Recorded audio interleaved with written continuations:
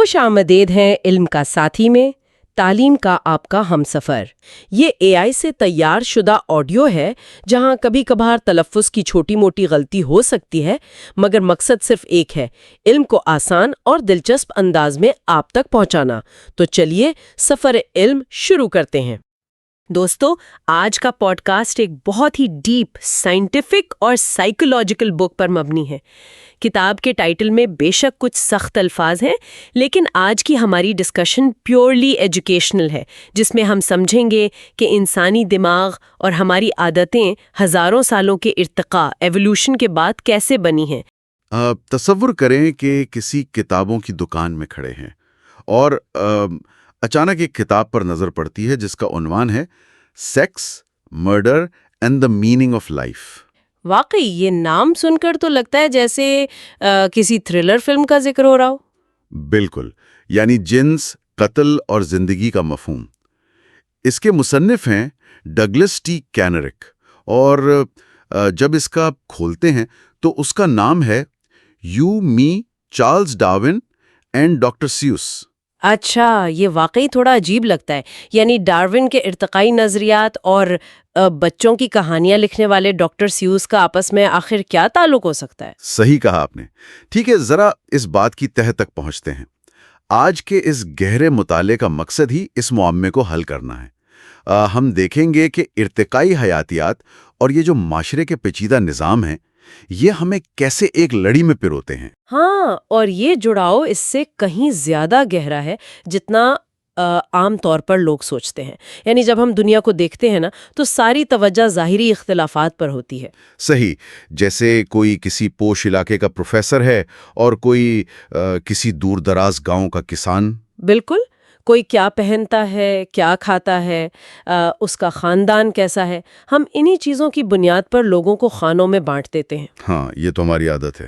لیکن کینپ کی تحریر کا کمال یہ ہے کہ وہ اس اوپری پرت کو ہٹا کر ہمیں وہ بنیادی حیاتیاتی سچائی دکھاتے ہیں جو کروڑوں سال کے سفر کے بعد ہمارے اندر نقش ہو چکی ہے، جو کہ واقعی حیران کن ہے۔ اور اگر ہم مصنف کی اپنی زندگی کی بات کریں تو وہ بھی کسی فلمی سکرپٹ سے کم نہیں ہے۔ یعنی ان کے ایک چچا کے بارے میں مشہور تھا کہ وہ ایک گینگسٹر تھے۔ او ہاں، اور صرف یہی نہیں، ان کے سگے والد اور بھائی نے تو جو مشہور سنگ جیل ہے وہاں سزائیں بھی کاٹی ہیں۔ باپ رے! اور خود مصنف کا یہ حال تھا کہ انہیں 2 مختلف ہائی اسکول سے نکال دیا گیا تھا۔ ان کا موسیقی کا ذوق بھی بالکل عجیب سا ہے، یعنی وہ ڈیوان اینڈ دی بیلمونٹس اور پنجابی MC کو ملا کر سنتے ہیں۔ جبکہ ایک عام سلجھا ہوا آدمی شاید کلاسیکی موسیقی جیسے برہمس سننا پسند کریں۔ بالکل، یہ سب پڑھ کر تو ایسا لگتا ہے کہ ان کی زندگی اور کسی عام پڑھے لکھے انسان کی زندگی میں زمین آسمان کا فرق ہے۔ لیکن پھر وہ ایک زبردست دعویٰ کرتے ہیں۔ مجھے تو مارک ٹوین کے novel prince and the pauper کی یاد آ گئی۔ اچھا، وہ کیسے؟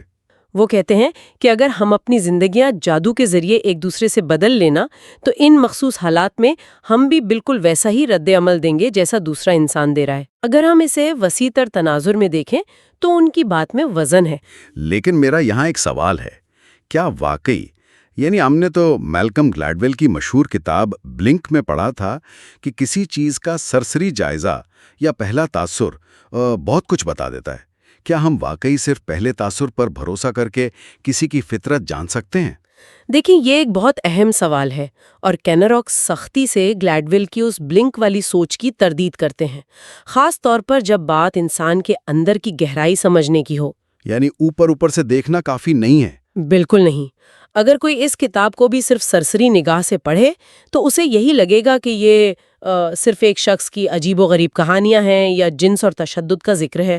تو اصل کہانی کیا ہے پھر؟ اصل میں ہم سب ایک مشترکہ ارتقائی ماضی کی پیداوار ہیں، چاہے وہ مصنف خود ہو جس کا پس منظر جرائم سے جڑا ہے، منگولیا کی کسی سڑک پر چلتا ہوا کوئی بوڑھا شخص ہو، یا پھر مشہور پاپ سٹار جینیفر لوپیز ہوں۔ واہ، جینیفر لوپیز کو بھی بیچ میں لے آئے۔ ہاں، مطلب جب بات بقا، تحفظ اور افزائش نسل کی آتی ہے نا، تو ہمارا بنیادی آپریٹنگ سسٹم ایک ہی ہے۔ جو چیز ہمیں مختلف لگتی ہے وہ ایسی ہے کہ حالات بدلتے ہیں تو وہ اندر کا سافٹ ویئر مختلف نتائج پیدا کرنا شروع کر دیتا ہے۔ اچھا، اس آپریٹنگ سسٹم کی تھوڑی اور وضاحت کرتے ہیں۔ مصنف کا ماننا ہے کہ ہمارے روزمرہ کے فیصلے بہت ہی سادہ اور خود غرض اصولوں پر چلتے ہیں۔ ہاں، اور یہ اصول صرف جہریت یا جنس تک محدود نہیں ہے۔ یعنی ہم جو فن تخلیق کرتے ہیں یا جو معیشت اور سیاست کے نظام بناتے ہیں وہ بھی انہی اصولوں کے تابع ہیں۔ حصہ ہے۔ تو اس سب کا اصل مطلب کیا ہے؟ ذرا رکیے، کیا یہ بات کچھ زیادہ ہی عجیب نہیں لگتی؟ مثال کے طور پر فرض کریں ایک شخص اپنی زندگی بھر کی جمع پونجی لگاتا ہے اور ایک انتہائی مہنگی پورش کار خرید لیتا ہے۔ ٹھیک ہے۔ یا کوئی شخص پکاسو کی کوئی ایسی پینٹنگ خریدتا ہے لاکھوں ڈالرز میں جس میں صرف آڑی ترچھی لکیریں ہیں۔ عام معیشت دان تو اسے بے وقوفی کہیں گے نا کہ اس نے اپنا پیسہ ضائع کر دیا۔ اس فضول خرچی میں خود غرضی یا ارتقائی ایجنڈا کہاں سے آ گیا؟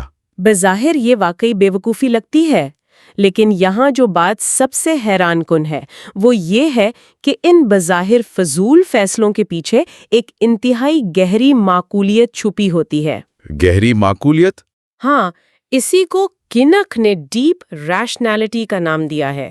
جب عام ماہرین دیکھتے ہیں کہ پیسہ ضائع ہو رہا ہے تو وہ اسے انسان کی خامی سمجھتے ہیں، لیکن ارتقائی نظریے سے پوش کار خریدنا دکھاوا نہیں، یہ بقا کے کھیل کا حصہ ہے۔ یہ ایک طاقتور سگنل ہے۔ سگنل؟ کس قسم کا سگنل؟ یہ آس پاس کے لوگوں اور خاص طور پر کسی ممکنہ ساتھی کو بتانے کا طریقہ ہے کہ میرے پاس اتنے وسائل ہیں کہ میں انہیں فضول کاموں پر خرچ کر کے بھی زندہ رہ سکتا ہوں۔ اچھا، یہ تو بڑا ڈیپ پوائنٹ ہے۔ اسے جانوروں کی دنیا سے سمجھیں۔ مور کے پروں کی مثال لے لیں۔ ہاں، مور کے پر تو واقعی بہت بھاری اور نمایاں ہوتے ہیں۔ بالکل، ایک مور کے وہ رنگ برنگے پر اس کی بقا کے لیے انتہائی نقصان دہ ہیں۔ وہ شکاریوں کو دور سے نظر آ جاتے ہیں اور بھاگنا بھی مشکل ہوتا ہے۔ پھر وہ انہیں کیوں رکھتا ہے؟ کیونکہ ارتقائی لحاظ سے وہ پر مادہ مور کو ایک زبردست پیغام دیتے ہیں کہ دیکھو، میں اتنا طاقتور ہوں کہ موت کے ان خطرناک پروں کو اٹھانے کے باوجود زندہ ہوں۔ اوہ، یعنی یہ پورش کار دراصل جدید دور کے انسان کا مور کا پر ہے۔ کیا بات ہے، یہ تشبیہ تو واقعی لاجواب ہے۔ ہاں، یہ ان بظاہر غیر معقول حرکت کی اصل ذہانت ہے۔ یہ سمجھے رتبہ بڑھانے کا لاشعوری طریقہ ہے۔ لیکن میں یہاں تھوڑا سا اختلاف کرنا چاہوں گا۔ میں یہ مور والی بات تو مان لیتا ہوں، لیکن کیا ہر چیز کو افزائش نسل تک محدود کر دینا تھوڑا زیادہ سادہ نہیں ہو گیا؟ آپ کا اشارہ کس طرف ہے؟ مطلب اس شخص کا کیا جو سب کچھ چھوڑ چھاڑ کر کسی غار میں تنہائی اختیار کر لیتا ہے؟ یا اس آرٹسٹ کا کیا جو تہخانے میں بیٹھ کر ایسی پینٹنگ بناتا ہے جو شاید کوئی کبھی نہ دیکھے؟ وہاں کو کوئی ساتھی راغب نہیں ہو رہا نا؟ یہ ایک بہترین سوال ہے۔ اس کا جواب یہ ہے کہ ہمارے ارتقائی محرکات ہمیشہ براہ راست یا شعوری طور پر کام نہیں کرتے۔ یعنی دماغ کا کوئی اور حصہ چل رہا ہوتا ہے۔ بالکل، جو دماغ دکھاوے پر اکساتا ہے وہی دماغ مسائل حل کرنے اور کچھ نیا بنانے سے بھی لطف اندوز ہوتا ہے۔ جب وہ آرٹسٹ تنہائی میں پینٹنگ بناتا ہے تو اس کا شعور شاید یہ سوچ رہا ہو کہ وہ فن کی خدمت کر رہا ہے، لیکن اصل میں اس کے دماغ کا وہ حصہ متحرک ہے جس نے انسانیت کو نئے طریقے ایجاد کر کے زندہ رکھا۔ یہ ارتقائی سافٹ ویئر کبھی کبھی مس فائر بھی کرتا ہے، یعنی اپنے اصل ہدف سے ہٹ کر بھی تسکین ڈھونڈتا ہے۔ صحیح، لیکن بنیاد وہی بقا والی جلت ہے۔ ہاں، اور یہی بات ہمیں مصنف کے اگلے اہم تصور کی طرف لے جاتی ہے۔ اصول سادہ ضرور ہے، لیکن انسان بالکل سادہ نہیں ہے۔ کینرک کہتے ہیں کہ ہمارے اندر کوئی ایک واحد شخصیت نہیں ہوتی۔ ہاں، وہ کہتے ہیں کہ ہمارے اندر 7 مختلف ذیلی شخصیات یا سب سیلز کام کر رہی ہوتی ہیں۔ جی ہاں، اور یہ وقت اور حالات کے حساب سے بدلتی رہتی ہیں۔ اور انہوں نے ان کے نام بھی بڑے دلچسپ رکھے ہیں۔ ایک ٹیم پلیئر ہے جو دوست بناتا ہے، ایک آگے بڑھنے والا ہے، پھر ایک رات کا چوکیدار ہے جو دشمنوں سے بچاتا ہے، اور ایک محتاط شخصیت ہے جو بیماریوں سے دور رکھتی ہے۔ اس کے علاوہ ساتھی کی تلاش کرنے والا، رشتے کو بچانے والا اور والدین کی شخصیات۔ یہاں بات واقعی بہت دلچسپ ہو جاتی ہے۔